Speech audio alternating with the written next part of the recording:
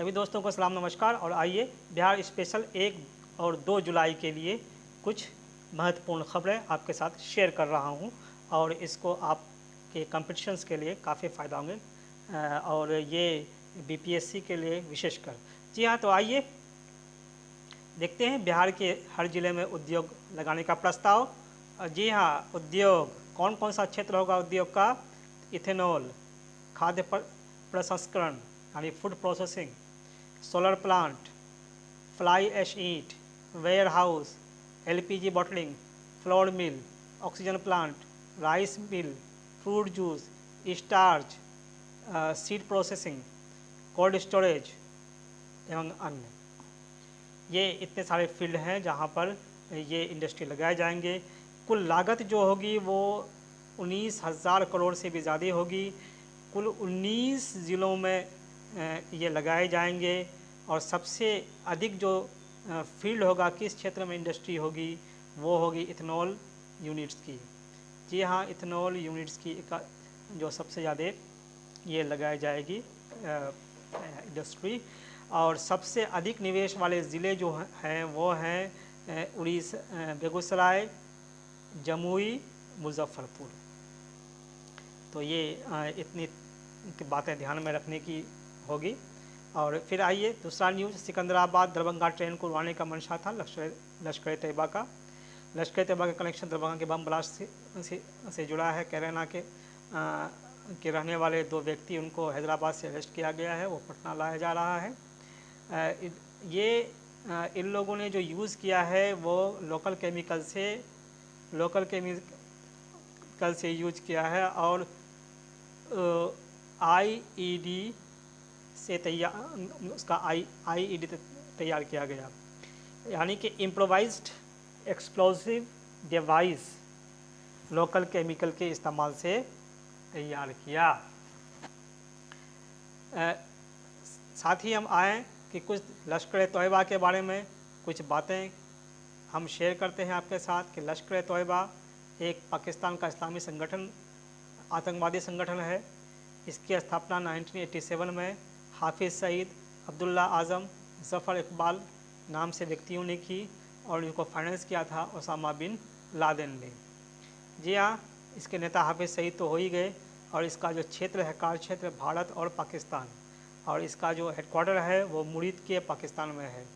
जी हाँ, और ये इसका संबंध किस किस घटना से लिया गया है? 2001 का इंडियन पार्लियामेंट में हमला, 2008 का मुंबई हमला और 2019 का जो आर्म्ड फोर्सेस पर पुलवामा हमला।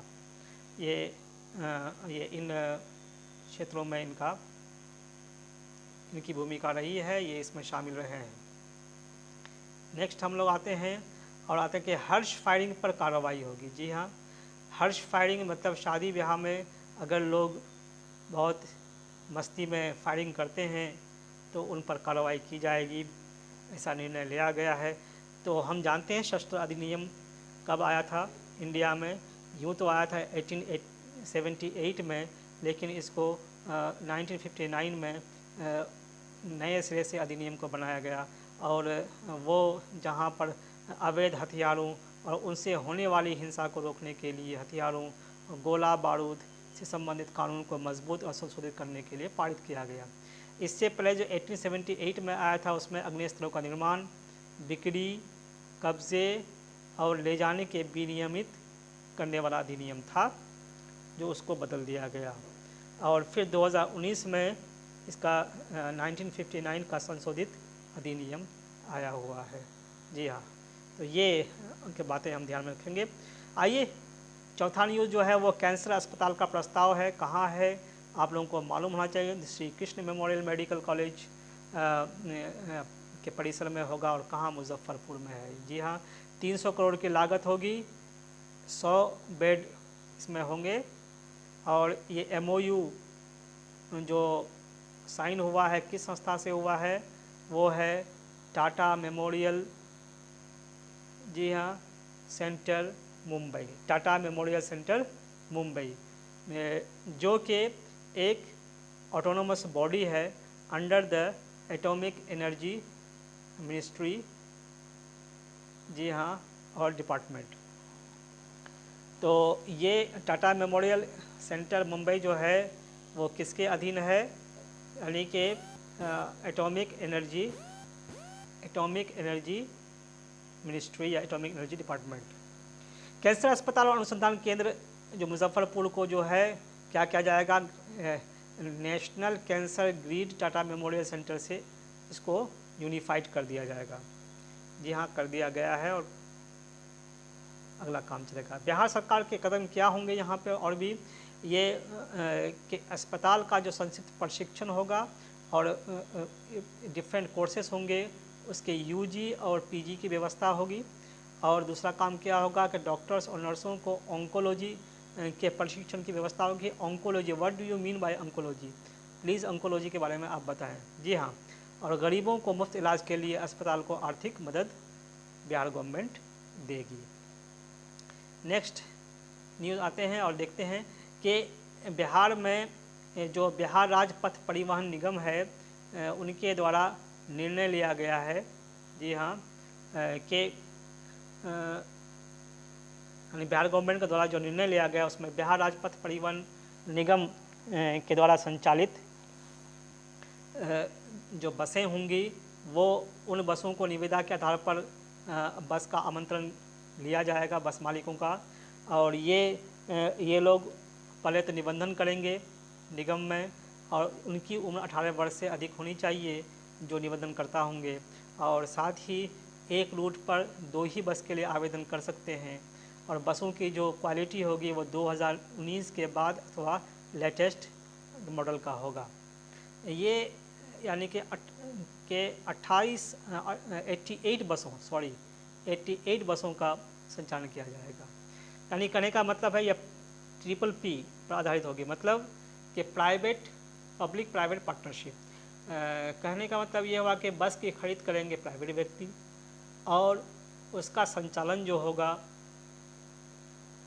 वो करेंगे बिहार राज्य पथ परिवहन निगम। तो ये बात रही। अब आइए हम लोग गेहूं की खरीद के बारे में मालूम करें। तो कुल मात्रा जो अभी तक खरीद की गई है वो है 4.5 लाख टन और 2.85 लाख टन SFC को जमा दे दिया गया, SFC स्टेट फूड कॉरपोरेशन। जी हाँ, और इसका जो MSP रखा गया है 1975 यानी 1975 रुपये पर क्विंटल। जी हाँ, और पूर्णिया और किशनगंज सबसे आगे रहे, इन लोगों ने अपना कोटा पूरा कर लिया खरीद का। नालंदा, नवादा और गोपालगंज सबसे पीछे रहे। और उसके बाद 2 अलग न्यूज़ है जो बिहार से नहीं है लेकिन ये इम्पोर्टेंट था इसलिए मैंने यहाँ पर शामिल कर लिया है। वो है सेंसर टावर के सर्वेक्षण के आधार पर सबसे आगे पॉपुलैरिटी में है टिकटॉक और फेसबुक, और सबसे पीछे है जीमेल और गूगल मीट। यह ध्यान में रखा जाएगा, सेंसर टावर के सर्वेक्षण। जी हाँ, और उसके बाद आइए कंबोडिया में एक गोल्डन कैट मिला है जो IUCN की रेड लिस्ट में शामिल है और वो लुप्तप्राय है। और ये किस स्थल पर देखा गया है, तो ये विराचे नेशनल पार्क में देखा गया है। क्वेश्चन आ सकता है कि विराचे नेशनल पार्क कहाँ है, कंबोडिया में है। जी हाँ, नेक्स्ट देखते हैं कि NTPC का जो ईस्टर्न परिक्षेत्र है उन्होंने रिकॉर्ड बिजली का उत्पादन किया है, और इसमें से कुल उत्पादन यहाँ पर जो हुई है शुरू के 3 महीने में 13,583.51 मिलियन यूनिट। जी हाँ, और ये औसतन जो अधिक बिजली की आपूर्ति हुई यानी 5500 मेगावाट की, और उसमें NTPC से 4500 मेगावाट से अधिक बिजली प्राप्त हो रही है। जी हाँ, ये तो अच्छी बात है, बिजली की बहुतायत है और हम लोग बेच सकते हैं दूसरे स्टेट को, बंगाल को, उड़ीसा को, इसको बेच सकते हैं। आइए नेक्स्ट है पंचायतों में टैक्स लेने की नियमावली जो है वो जल्द तैयार होगी, और सरकार द्वारा टैक्स से कम वसूली का प्रावधान पंचायतें कर सकती है। यानी कि मान लेते हैं किसी प्रयोजन के लिए सरकार द्वारा फिक्स किया गया 100 रुपये, तो पंचायत 100 रुपया से कम करा सकती है, लेकिन 100 रुपया से अधिक की वसूली पंचायत नहीं कर सकती है।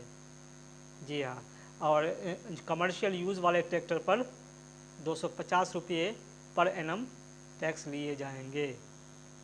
बिल्कुल सही बात है सर, आइए, तो ये जो नियमावली जो बन रही है ये 2006 का जो पंचायत राज अधिनियम है उसके तहत बनना था, जो लेट हो गया है लेकिन अब बन जाएगा। चलिए, पटना के तारामंडल का आधुनिकीकरण होगा, मॉडर्नाइजेशन होगा, और ये है कोलकाता साइंस सेंटर के में जो तारामंडल के तर्ज पर होगा, कोलकाता साइंस सेंटर। और ये कोलकाता के बाद दूसरा तारामंडल होगा देश में जो इस तरह का मॉडर्नाइज होगा। जी हाँ, और इसकी कुल लागत होगी 32 करोड़। ये MOU किसके साथ होगा इसका? ये राष्ट्रीय विज्ञान संग्रहालय यानी कि नेशनल साइंस म्यूज़ियम कर लीजिए। जी हाँ, वहाँ से होगा। और फिर आपका ये जर्मनी से के उपकरण आएंगे, जो उपकरण आएंगे वो जर्मनी से आएंगे, और उसका जो मॉडल नंबर होगा वो है 6.5, मॉडल नंबर 6.5 होगा। जी हाँ, पंचायत में जो चुनाव होने जा रहे हैं वो है उसका जो EVM का जो मॉडल होगा वो MT मॉडल होगा। M2 मॉडल मतलब राज्य निर्वाचन आयोग EVM का M3 मॉडल से करना चाह रहे थे लेकिन ऐसा हो नहीं पाया, और इलेक्शन कमीशन ऑफ इंडिया से एग्रीमेंट होने के बाद ये M2 से ही काम चलाना पड़ेगा। जी हाँ, M3 की खूबी ये थी वो थोड़ा ज़्यादा एडवांस था। वो 15 से अधिक कैंडिडेट होने की स्थिति में वो दूसरा बैलेट यूनिट और VVPAT से जुड़ा जा सकता था। यहाँ पर जो EVM M2 चूँकि कम है इसलिए दूसरे राज्यों से 2,08,000 बैलेट यूनिट और 1,88,000 कंट्रोल यूनिट मंगाए जाएंगे। जी हाँ, और नेक्स्ट है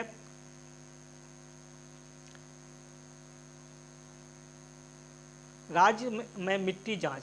जी हाँ, मिट्टी जांच, बहुत बढ़िया, मिट्टी जांच की जो बात चल रही है। और कि पटना रेफला जांच प्रयोगशाला और 9 मोबाइल मिट्टी जांच प्रयोगशाला, यानी कि मिट्टी का जो टेस्टिंग लेबोरेटरी है ये PPP मोड पर किया जाएगा। जी हाँ, और अभी पटना में चल रहा, संचालित है, और मिट्टी हेल्थ कार्ड योजना के तहत ये सारे काम किए जाएंगे। PPP मोड की जो प्रक्रिया होगी ये अपनाए जाने तक, हाँ, सरकार इसका खर्च वहन करेगी। PPP मोड लागू होने के पश्चात किसानों को इसमें खर्च बेयर करना पड़ेगा। साथ ही ये मिट्टी हेल्थ कार्ड योजना जो है वो 3 साल तक उसकी जांच होगी, कि मिट्टी की जांच होगी। मिट्टी की जांच के आधार पर जो किसानों को सजेशंस दिए जाएंगे कि उसमें कौन कौन से खाद का यूज़ किया जाए या नहीं किया जाए। तो इस तरह से हमने 1 और 2 जुलाई के लिए बिहार स्पेशल की कुछ बातें आपके सामने में रखी। आपको अगर पसंद आए तो इसे लाइक, शेयर और कमेंट कीजिएगा। साथ ही सब्सक्राइब भी, और अधिक जानकारी के लिए टेलीग्राम चैनल को ज्वाइन कर सकते हैं। धन्यवाद।